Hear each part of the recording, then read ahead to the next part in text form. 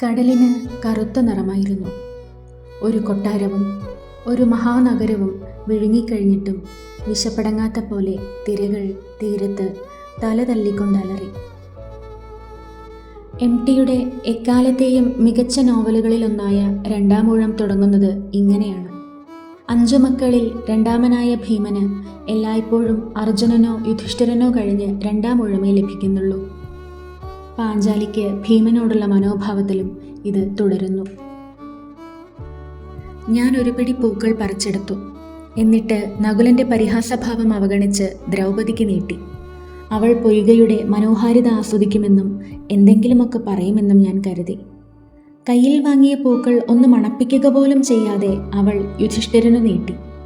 ചിലരുടെ വിഡ്ഢിത്തം കൊണ്ട് ആവശ്യമില്ലാതെ വഴി നടക്കേണ്ടി വന്നതിനെപ്പറ്റി എന്തോ പിറുപിറുത്തുകൊണ്ട് അദ്ദേഹം നടന്നു. അവർ പോയപ്പോൾ ഘടോൽക്കജൻ എൻ്റെ കൽപ്പന കാത്തിട്ടെന്ന പോലെ നിന്നു. പിന്നെ ഞങ്ങളും നടക്കാൻ തുടങ്ങി. വഴിക്കൊരിടത്ത് ഉപേക്ഷിക്കപ്പെട്ട നിലയിൽ തണ്ടുകളോടുകൂടി ഒരു പിടി സൗഗന്ധിക പൂക്കൾ മണ്ണിൽ കിടക്കുന്നത് ഞാൻ കണ്ടു. 1985 വയലാർ അവാർഡ് നേടിയ നോവലാണ് രണ്ടാമൂഴം. കാനന കന്യകയായ ഹിഡിംബിയിലാണോ അതോ രാജകുമാരിയായ ദ്രൗപദിയിലാണോ ഭീമന് കൂടുതൽ പ്രണയം? എന്താണ് നിങ്ങളുടെ അഭിപ്രായം?